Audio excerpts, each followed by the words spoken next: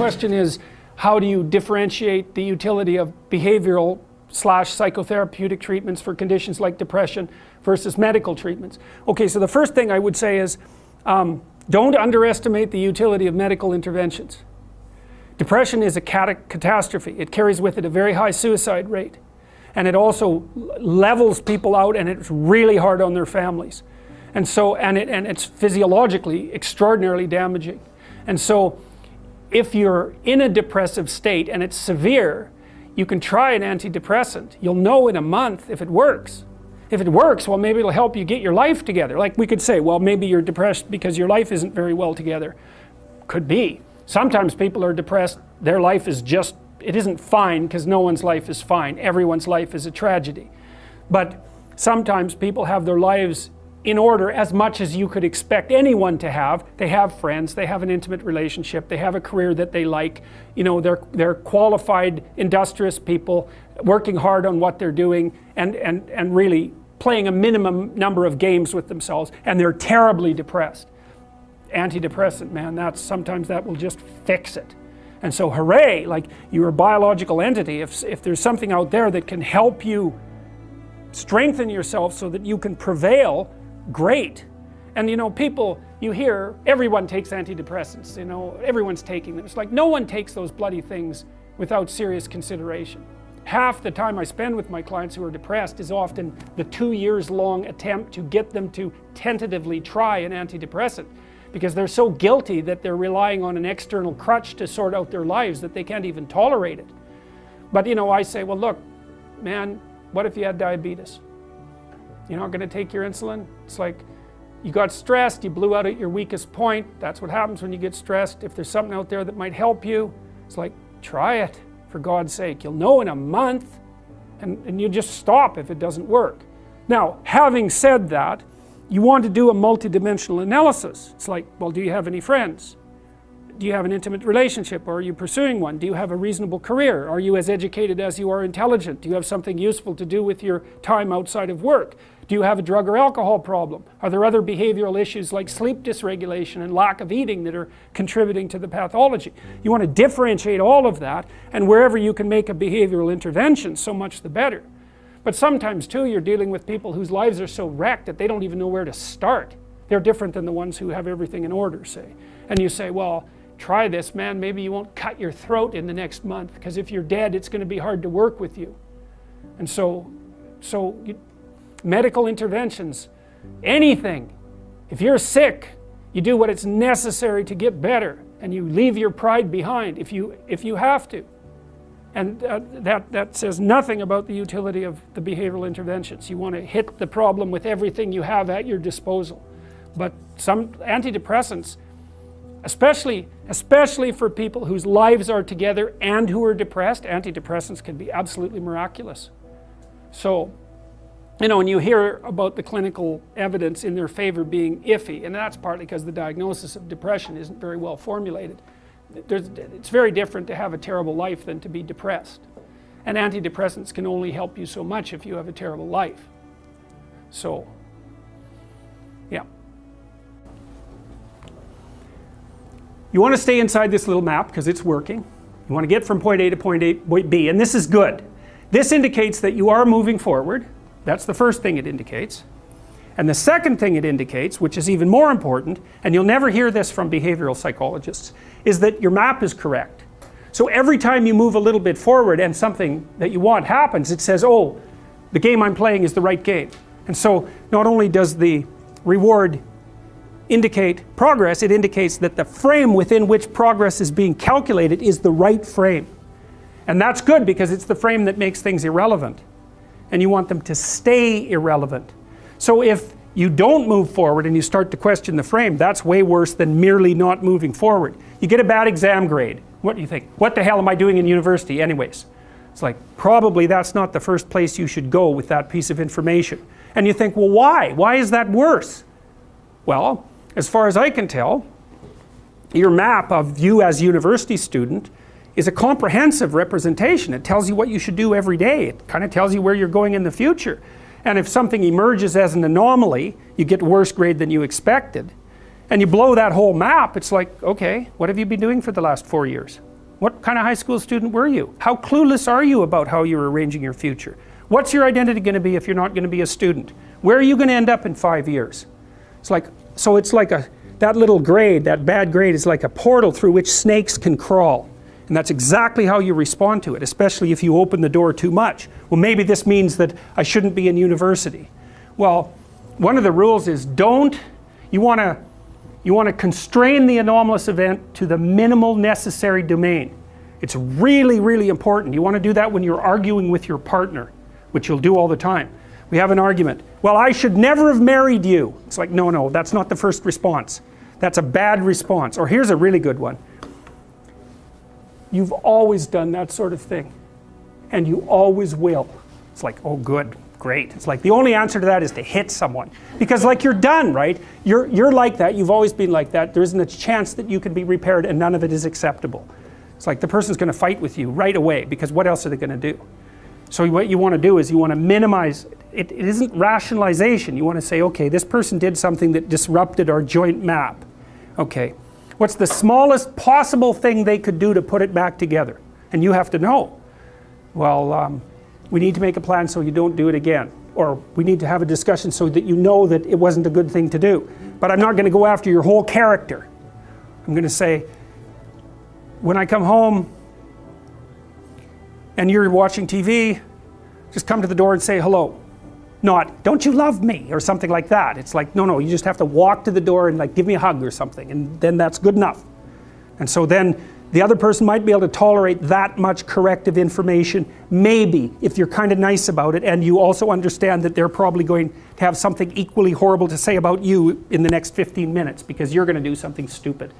So you don't want to open the door so that every possible snake comes crawling through, because that's a pathway to depression. And you actually see that happening in depressed people, is that every small event produces a cascade through their entire value system, and they end up saying, well, that's just another reason that I should jump off a bridge. And they really see it that way.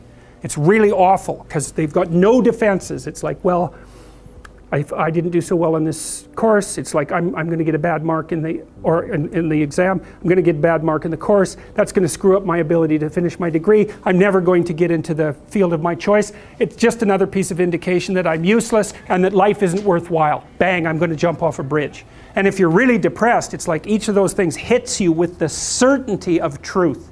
It's really not good. And so you want to be careful. You want to be careful about walking down that pathway when you make a mistake. You think, okay, what's the narrowest framework of interpretation within which I can understand this that will require minimal behavioral change to decrease the probability that it will happen again?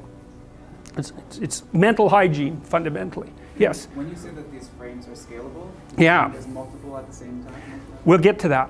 We'll get to that. That is the next question. It's because they don't exist in isolation. So, and that's another thing frequently when you hear behavioral accounts of cognitive processes, they generally only focus on as if it's an isolated thing. It's not. It's scalable. It's scalable a bunch of ways. It's scalable temporally, because what you do now is associated with what you'll do tomorrow, and that with what you'll do next week, and so forth. So it has to be scalable temporally.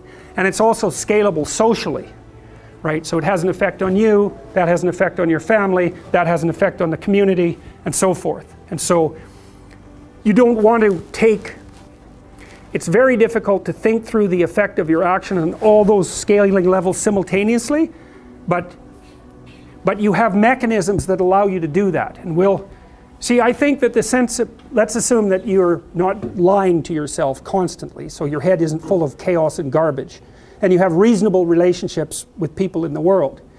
I think that, and this is leaping way ahead, I think that your sense of meaningful engagement with what you're doing is the psychophysiological marker that you're acting in a way that takes all of the stacked representations into account simultaneously.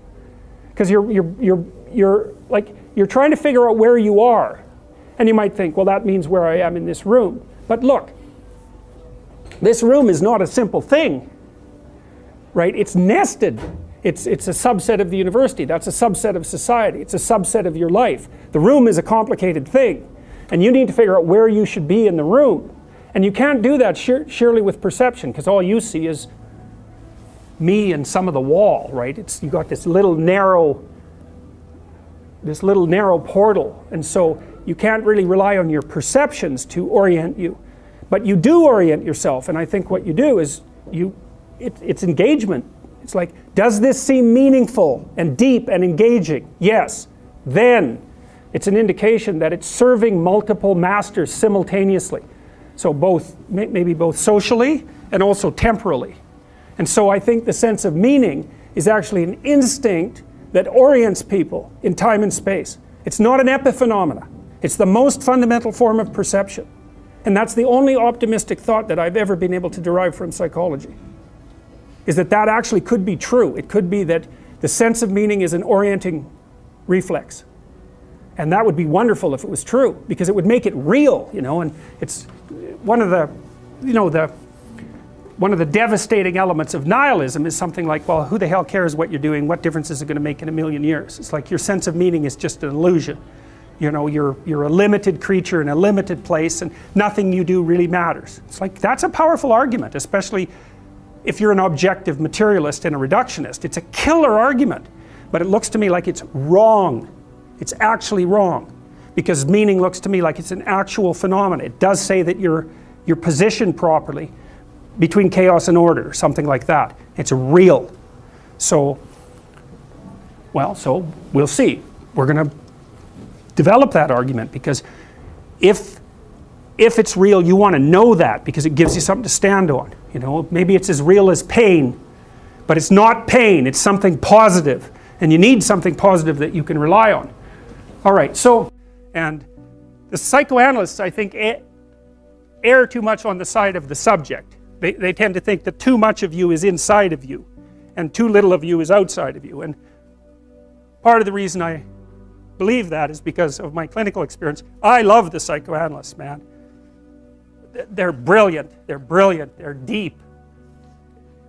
They grapple with real problems, like with the problems. When people have real problems, and I mean profound problems, they're really profound moral problems. They're problems of good and evil, really. There are things going on in their family that are so terrible that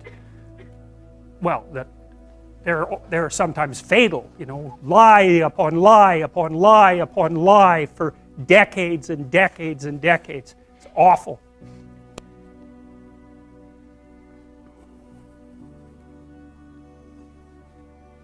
And that's not exactly inside them.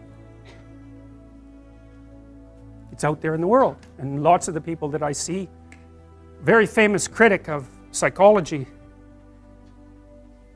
I can't remember his name, but I probably will, criticized the practice of psychology quite effectively I believe in the early 60s. The Myth of Mental Illness by Thomas Szasz, S-Z-A-S-Z. It's a classic. You should read it. If you're interested in psychology, read it. It's a classic. And he basically said, most people have problems in living. They don't have psychological problems. And so I've experienced, despite my love for the psychoanalysts, very frequently what I'm doing as a therapist is helping people have a life that would work. And you can parameterize that. It's like, what do you need? How about some friends? People kind of like that. How about an intimate relationship with someone that you can trust, that maybe has a future? That'd be good. How about a career that puts you in a dominance hierarchy somewhere, so at least you've got some possibility of rising, some possibility of stabilizing yourself, and a schedule and a routine, because no one can live without a routine. You just forget that. If you guys don't have a routine, I would recommend, you get one going, because you cannot be mentally healthy without a routine. You need to pick a time to get up. Whatever time you want, but pick one and stick to it, because otherwise you dysregulate your circadian rhythms and they regulate your mood. And eat something in the morning. I've had lots of clients who've had anxiety disorders. I had one client who was literally starving. Very smart girl. There was very little that she liked. She kind of tried to subsist on half a cup of rice a day.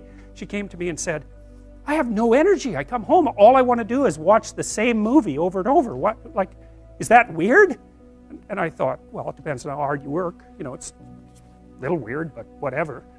It's familiar. You're looking for comfort. So I did an analysis of her diet. It's like 3/4 of a cup of rice. It's like, you're starving. Eat something. You know, you'll feel better. So she modified her diet and all her anxiety went away and she had some energy. It's like, yeah, you got to eat. So a schedule, that's a good thing, man. Your brain will thank you for it. It will stabilize your nervous system. With a bit of a plan, that's a good thing. You need a career, you need something productive to do with your time.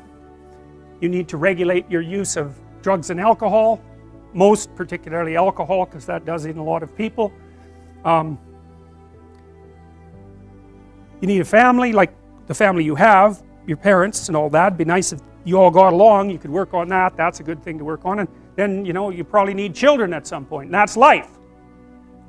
That's what life is. And if you're missing, you know, you may have a good reason to not be operating on one of those dimensions.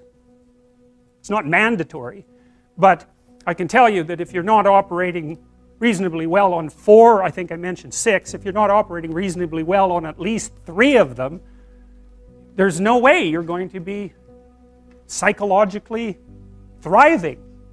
And that's more pragmatic in some sense than psychological, right? Human beings have a nature. There's things we need. And if we have them, well, that's good. And if we don't have them, well, then we feel the lack. And so behaviorists, behavioral psychologists concentrate a lot more on that sort of thing. You know, it's practical. It's like strategizing. Make a career plan. Figure out how to negotiate, because that's bloody important. Figure out how to say what you need. Figure out how to tell the truth to people.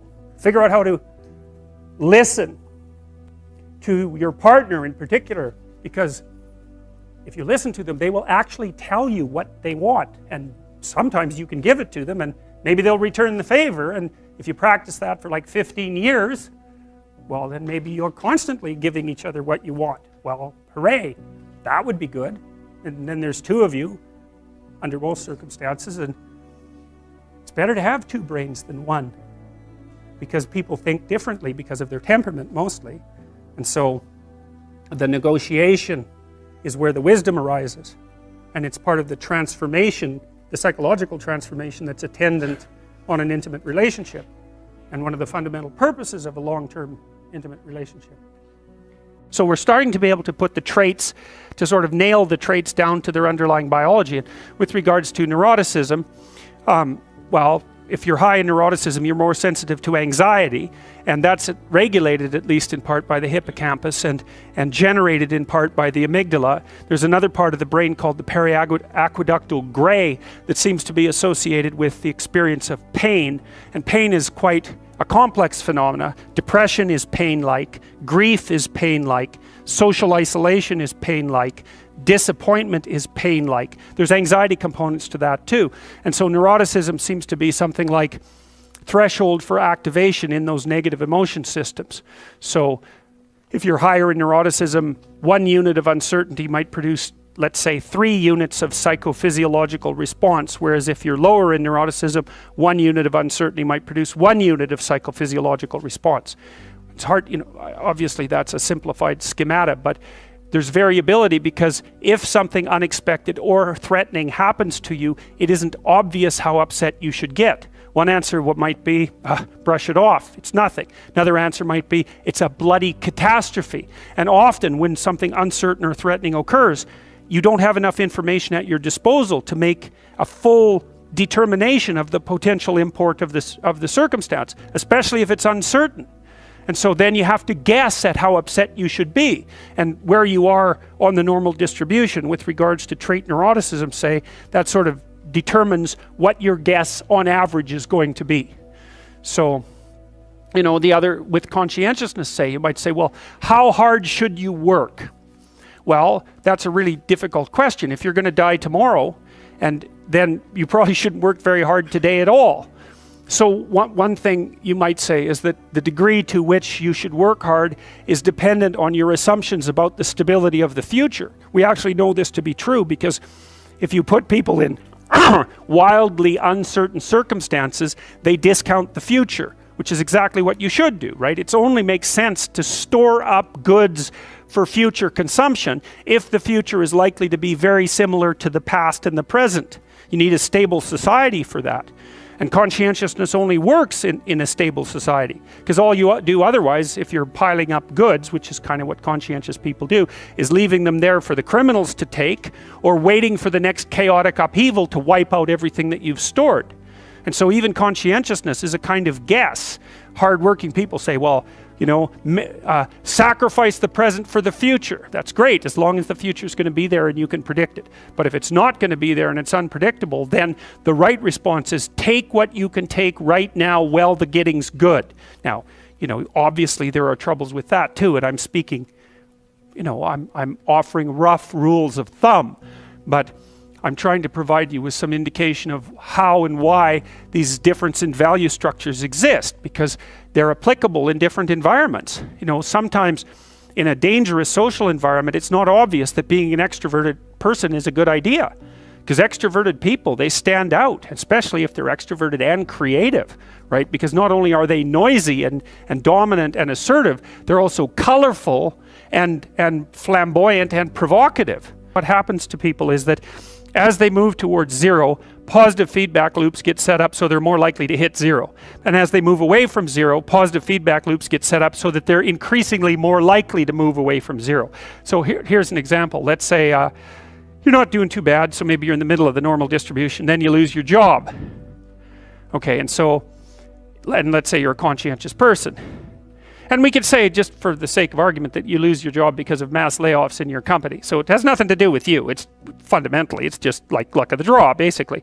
But then what happens to you? Well, if you're conscientious, you're gonna go after yourself pretty hard. So you're gonna, and especially if you're also high in neuroticism, it's gonna depress you to lose your job. And maybe you're in a situation where you just, for one reason or another, you don't have that many other opportunities. Now, maybe you should have looked for them, but maybe you're in a depressed strata of the economy, or you're geographically located somewhere that makes moving difficult, or so on and so forth, you know.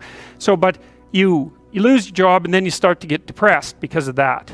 Well, then as you start to get depressed, you know, it decreases the probability that you're going to look for a job, but it also maybe starts to put stress on your family, and it also starts to decrease the probability that you're going to engage in positive social interaction. So now not only are you unemployed and suffering from economic stress, but your marriage is starting to suffer, and you're starting to isolate yourself from your friends. And then, of course, as your marriage suffers and the stress builds up, then that's going to make you more depressed, and that's going to keep you even farther away from your friends, and that's going to decrease the likelihood that you're going to have enough positive emotion and enthusiasm to look for another job.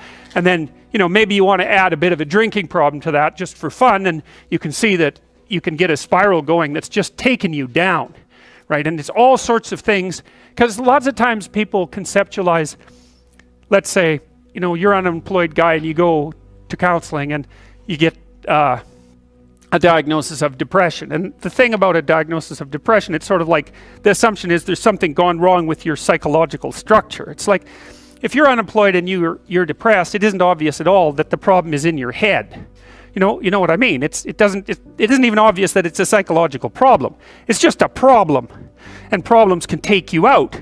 And so you know, if you're unemployed and you're under economic stress and your marriage is starting to shake and you're isolating yourself from your friends and you're less likely to be motivated to go look for a job, you can sort of think about that as a depressive spiral, but you can also think of it as a conspiracy in some sense of external forces that are auguring you into the ground. And we don't tend to conceptualize psychological disorders that way, but we should, because lots of times when people are suffering from something that you could describe in psychological terminology, and depression is a very good example of that, it isn't obvious that there's something wrong with them psychologically. Often they just are in trouble. And there isn't a category in psychological diagnosis for client in serious trouble. But my experience has been almost without exception that the people that come to see me because something's gone wrong with their life, not because they have a psychological problem. Now you could say, well, their psychological inadequacies, such as they might be, are interfering with their ability to recover, or maybe even served as precursors to, you know, increase the probability of the catastrophe. And so a well-functioning personality has all the micro routines in place. That's actually something that you help people with if you're a behavioral therapist, because one of the things you assume if you're a behavioral therapist is that sometimes the reason people aren't doing things is because they don't know how. you know, sometimes maybe the person's depressed but potentially high functioning. They got all the damn micro routines. They're well socialized. They're just dormant. You got to get them awake again and implementing them. But sometimes you get someone in your practice, say, who's just been neglected like you cannot believe, right? The parents never paid any attention to them, or maybe just punished them every time they did something good. That's really fun. And then, you know, they didn't make friends, and so they're really, really vague and poorly articulated. And so then what you do is you work at the bottom of the micro routines and get them to practice building up all these little attributes that they didn't build up. And you know, one of the things you can think about in terms of character development is, so now maybe you understand something about your own personality. You might say, well, what could you do to improve your personality? And the answer is, develop some of the micro routines on the other side of the personality distribution. So if you're disagreeable as hell, maybe you could start learning how to do nice things for people. And that actually works, by the way. So if you take disagreeable people who are depressed and you get them doing nice things for other people, their depression tends to lift. But then by the same token, if you're agreeable, then you should practice doing some things for yourself and being more tough-minded in your negotiations. And so you can sort of place yourself on the personality trait distribution. You know, you're extroverted. It's like, okay, man, learn to spend some time with yourself, right? You're low in openness. Well, try reading a book that's outside of your, you know, your sphere of interest now and then. If you're conscientious, well, you should probably learn how to relax occasionally, and so forth. So you can, I think partly what you're doing as you're developing your personality is not moving the mean much, the average, where, you know, where you're located, but you're extending the standard deviation so that you're a bigger bag of tricks than you were before.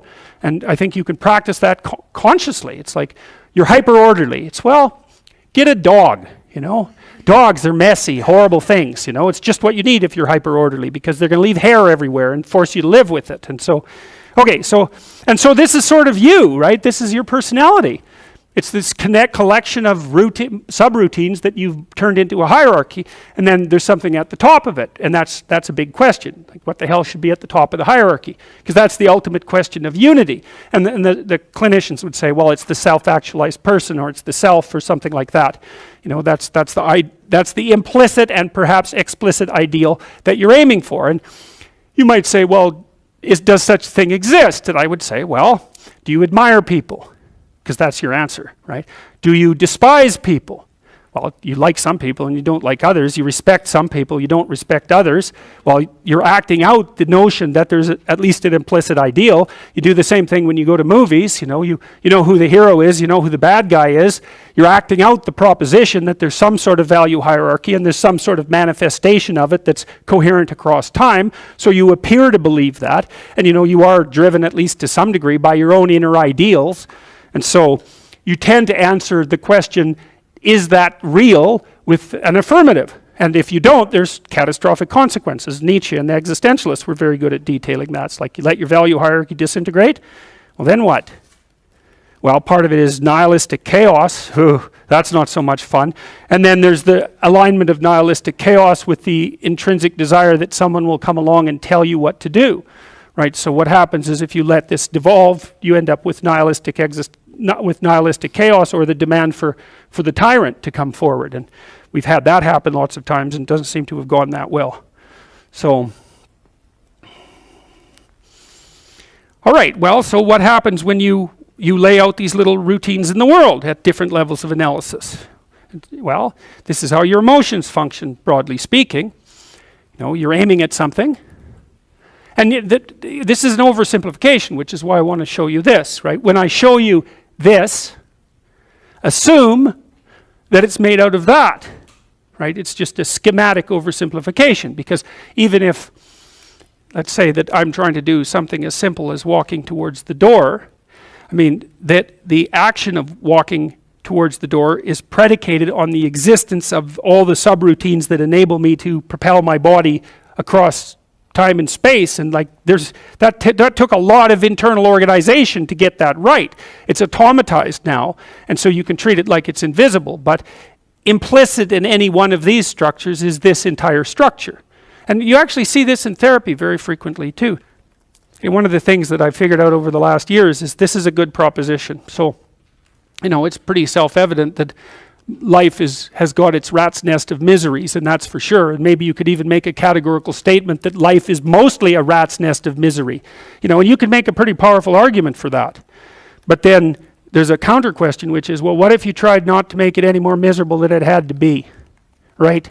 Then what would it be like?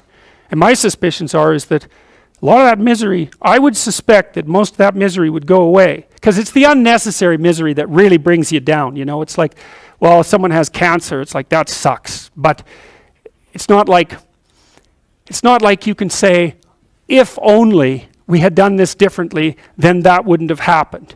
But when someone's out like torturing you in a malevolent way, or maybe you're doing the same, you can always ask yourself, well, is this really necessary? Is this just like a useless add-on to the miseries of life? That's what disheartens people. And so even in your own life, if you aren't suffering from self-imposed misery, and you're only suffering from inescapable misery, maybe you could handle that, and you could survive, you could bear it, and even maybe without becoming irredeemably corrupt. And so the goal would be, well, yeah, life is a rat's nest of miseries, and maybe it has no ultimate meaning. We could say that if we're feeling particularly pessimistic, but it still leaves one question open, which is, if you didn't do everything you could to make it worse, how good could you make it be? And the least answer is, well, it could be tragedy, but maybe not hell. And I think that's right. I really believe that. That's the most pessimistic, proper statement. The worst case outcome, in the worst of all possible worlds, is that your life could be tragic, but not hell. And that's a lot better than hell, right? And you think, I could give you an example of the difference. You're at your mother's deathbed. Well, that's tragedy. Here's another scenario. You're at your mother's deathbed, and you and all your idiot siblings are arguing. Well, that's the difference between tragedy and hell. And you might be able to tolerate the first circumstance, and maybe it would even bring you closer together with your family members. The second one, no one can bear that. You walk away from a situation like that sick of yourself and sick of everything else too. And it's often the case that tragic circumstances bring out the dragons, because the stress is high, and all those things that people haven't dealt with, they don't have the energy to repress, and all the bitterness comes pouring forward. It's like, seriously, man. So that's actually it's a rough lesson, but it's a good hallmark for figuring out whether or not you've got yourself adjusted properly and in relationship to your siblings. It's like, if you were all gathered around the bed of someone close who was dying, could you manage it? And if the answer is no, it's like, well, put your life together, because it's going to happen. And you should be the person who's there that can do it, and do it properly. And then maybe you'd find that it isn't the sort of thing that will undermine your faith in life itself. And I've seen both of those situations, ugly situations, murderously ugly situations, and then they're opposite, where people have had terrible things happen to them as a family, and they pull together and they rebuild their damn ship and they sail away. And so that seems to me to be a lot better. That makes you Noah when the flood comes, right? Well, okay, so the same thing. The question emerges, well, who are you? Well, you could say, you're this plan. That's how people usually identify. Maybe they have no plan at all, and they're just in chaos, right? That's like being in the belly of the beast. They're nihilistic in chaos. They have no plan. They're just chaos itself, and that's a very dreadful situation for people to be in. Or maybe they conjure together a plan. That's their identity. It's kind of fragile, and they're holding on to that with everything they've got. It's their little stick of wood that they're floating in the ocean, clinging to. And so they're identifying really hard with that plan. That's what happens when you're an ideologue, is that you're identifying really hard with that plan. The problem is, if something comes up to confront it, well, how do you act? Well, you can't let go of the plan, because you drown. Then you cling to it rigidly. Well, that's no good, because then you can't learn anything. And then if that's you're a totalitarian, you're not going to learn anything. You're going to end up in something that's close enough to hell so that you won't know the difference, and you might drag everyone along with you. And that's happened plenty of times, right? It's the whole story of the 20th century. It happened over and over and over. And it happens in people's states. It happens in their business organizations. It happens in their cities. It happens in their provinces. It happens in their states, and it happens in their psyches, all at the same time. You can't blame the manifestation of that sort of thing on any of those one levels. It happens when a society goes down, that way, it goes down everywhere at the same time. It's not the totalitarians at the top and all the happy people striving to be free at the bottom. It's not that at all. It's totalitarianism at every single level of the hierarchy, including the psychological. And so you don't want to be the thing, you don't want to be in chaos, that's for sure, but you don't want to be the thing that clings so desperately to the raft that you can't let go when someone comes to rescue you, right? You don't want to be that. So then you think, well, exactly what are you? You're not the chaos, you're not the plan. Maybe you're the thing that confronts the obstacle. And I would say that's the categorical lesson of psychology insofar as it has to do with personal transformation. Because that's what you always teach people in psychotherapy. I don't care what sort of psychotherapist you are. You're always teaching them the same thing. You're the thing that can, you're not the plan. You're the thing that can confront the obstacle to the plan. And then when you know even further that the obstacle is not only an obstacle, but opportunity itself, well, then your whole view of the world can change, because you might think, well, I've got this plan, something came up to object to it. It's like, it's possible that the thing that's objecting has something to teach you that will take you to the place where you develop an even better plan. It's a nice framework to use. It's like, are you so sure that this is a problem? Is that the only way that you can look at it? Or is it an opportunity? I mean, I'm not trying to be, naively optimistic. There are some things that's pretty hard to extract gold from some dragons, and maybe the death of a family member is a good example of that. But even in a situation like that, I can tell you that it's an opportunity for maturation, that's for sure. And the thing is, you might say, well, it's pretty miserable to be digging for gold when someone's falling into the grave. Well, if they really love you, first of all, that's what they'll want you to do. And second, you're going to make their death a lot more palatable experience for them if you're someone who can be in the room and be helpful instead of be, quivering in the corner and feeling that the entire world is collapsing in on you. I mean, that's another. You want to be the useful person at the funeral. How's that for a goal? That's a good goal, man. You know that you've got yourself together in a situation like that because you're going to be at them. And maybe you want to be the person on whose shoulder people cry. That'd be a good goal. And it's kind of, I don't like being naively optimistic, so when I tell you to get your life together, I'm not going to say roses and sunshine. It's like, that's pablum for fools. But it really is something to be the reliable person at a funeral. There's this idea in Jungian psychology called the circumambulation. And Jung had this idea that you had a potential future self, which would be in potential everything that you could be. And that it manifests itself moment to moment in your present life by making you interested in things. And the things that you're interested in are the things that would guide you along the path that would lead you to maximal development. Now, it sounds like a metaphysical idea or a mystical idea even, but it's not. It's not. It's a really profoundly biological idea. The idea is something like, well, you're set up so that you're automatically interested in those things that would fully expand you as a well-adapted creature. Well, there's nothing radical about that idea. What else could possibly be the case? Unless there's something fundamentally flawed about you, that is what the situation would be. It's kind of interesting to think about how that would be manifest moment to moment, but the idea is something like, well, your interest is captured by those things that lead you down the path of development. Well, that better be the case. Okay, so that's fine. And so there's some utility in pursuing those things that you're interested in. That's the call to adventure, let's say. And the call to adventure takes you all sorts of places. Now, the problem with the call to adventure is, like, what the hell do you know?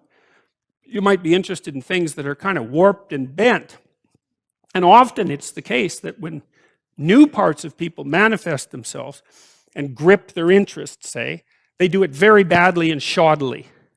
And so you stumble around like an idiot when you try to do something new.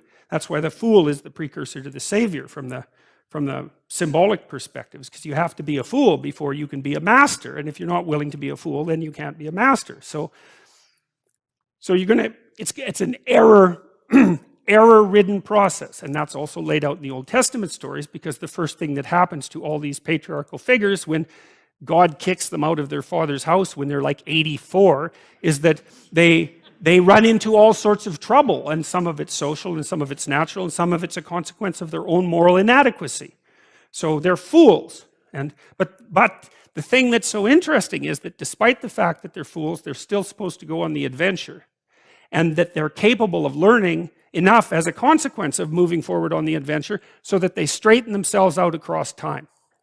And so it's something like this. And this circumambulation that Jung talked about was this continual, we'll return to this continual circling in some sense of who you could be. You might notice, for example, that there are themes in your life. You know, when you go back across your experiences, you see you kind of have your typical experience that sort of repeats itself. And there might be variation on it, like a musical theme, but it's like you're circling yourself and getting closer to yourself as you move across time. That's the circumambulation. Now, you remember that for a sec, because we'll go back to it. Okay, so imagine that something glimmers before you. It's an interest that's dawning, and you decide, well, first of all, you're paralyzed. You think, well, how do I know if I should pursue that? It's probably a stupid idea. And the proper response to that is, you're right, it probably is a stupid idea, because almost all ideas are stupid. And so the probability that as you move forward on your adventure that you're going to get it right the first time is zero. It's just not going to happen. And so then you might think, well, maybe I'll just wait around until I get the right idea, and which people do, right? So they're like 40-year-old, 13-year-olds, which is not a good idea.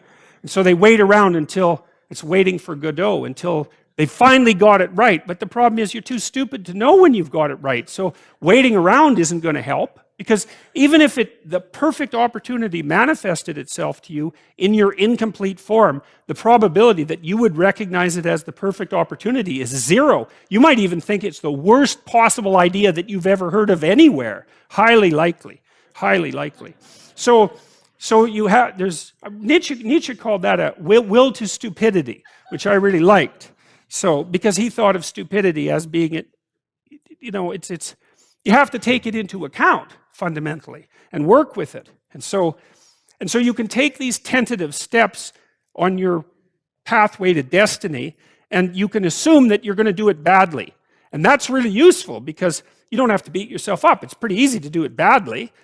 But the thing is, it's way better to do it badly than not to do it at all. And that's the continual message that echoes through these historical stories in Genesis. It's like, these are flawed people.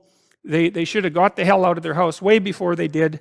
And they go out and they stumble around in tyranny and famine and self-betrayal and violence. But it's a hell of a lot better than just rotting away at home. And that's great. So that's good. And so why is that? Well, okay, so you start your path and you think that you're heading, you know, towards your star. And so you go in that direction. And then, because you're here, the world looks a particular way, but then when you move here, the world looks different, and you're different as a consequence of having made that voyage. And so what that means is that now that thing that glimmers in front of you is going to have shifted its location, because you weren't very good at specifying it to begin with, and now that you're a little sharper and more focused than you were, it's going to reveal itself with more accuracy to you. And so then you have to take a, you know, it's almost like a 180-degree reversal. But it isn't, because, you know, you've gone this far, and that's a long ways to get that far. But that's a lot farther than you would be if you just stayed where you were, waiting. And so it doesn't matter that you overshoot continually, because as you overshoot, even if you don't learn what you should have done, you're going to continually learn what you shouldn't keep doing. And if you learn enough about what you shouldn't keep doing, then that's tantamount at some point to learning at the same time what you should be doing.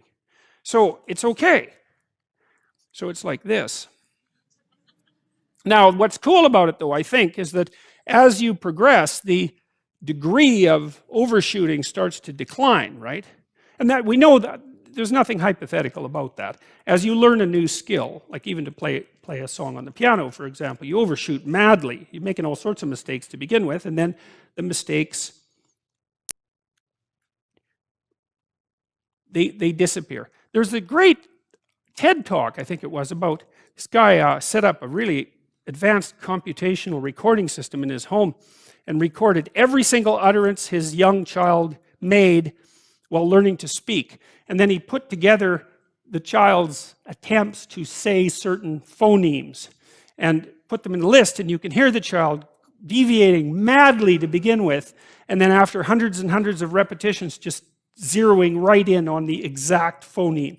So, you know, you might not know this, but when kids babble, because they start babbling when they're quite young, they babble every human phoneme, including all sorts of phonemes that adults can't say. And then they die into their language, so that after they learn, say, English, then there's all sorts of phonemes they can no longer hear or pronounce. But to begin with, it's all there, which is really quite interesting. But so as they learn a particular language, they zero in on the proper way to pronounce that, and their errors minimize. And every time you learn something, that's how it is. And that's really useful to know too, because it means that it's okay to wander around stupidly before you fix your destination. Now you see that echoed in Exodus, right? Because what happens is that the Egyptians, or the Hebrews, escape a tyranny, which is kind of whatever you do personally and psychologically when you escape from your previous set of stupidly held and ignorant and stubborn axioms. It's like, away from that tyranny. It's like, great, I freed myself from that. Well, then what? Well, you think, well, now I'm on the way. It's, no, you're not. Now you're in the desert, where you wander around stupidly, you know, and worship the wrong things until you finally organize yourself morally again and head in the proper direction. So that's worth knowing too, because you think, well, I got rid of a lot of things, baggage, excess baggage that I didn't need in my life, and now everything's okay. It's like, no, it's not. You've got rid of a whole set of scaffolds that were keeping you in place, even though they were pathological. And now you have nothing, and nothing actually turns out to be better than something pathological, but you're still stuck with the problem of nothing. And that's, well, that's exactly why Exodus is structured the way that it is. It's that you escape from a tyranny. It's, hooray, we're no longer slaves. Yeah, well, now you're nihilistic and lost. It's not necessarily an improvement. But it is see, it's also useful to know that, because you can also be deluded into the idea that, imagine that you're trying to become enlightened, which might mean to turn all those parts of you on that could be turned on. You think, well, that's just a linear pathway uphill. You know, it's just from one success to another. No, it's not. It's like, here you are, and you're not doing too badly, and the first step is a complete bloody catastrophe. It's worse. And then maybe you can pull yourself together, and you hit a new plateau, and then that crumbles and shakes, and bang, it's worse again. And so, because part of the reason that people don't become enlightened is because it's punctuated by intermittent deserts, essentially, by intermittent catastrophes. And if you don't know that, well, then you're basically screwed, because you go ahead on your movement forward and you collapse, and you think, well, that didn't work, I collapsed. It's like, no, that's par for the course. It's not indication that you failed, it's just indication that it's really hard. And that when you learn something, you also unlearn something. And the thing you unlearned is probably useful, and unlearning it actually is painful. You know, let's say if you have to get out of a bad relationship. It's like there isn't any relationship that's 100% bad.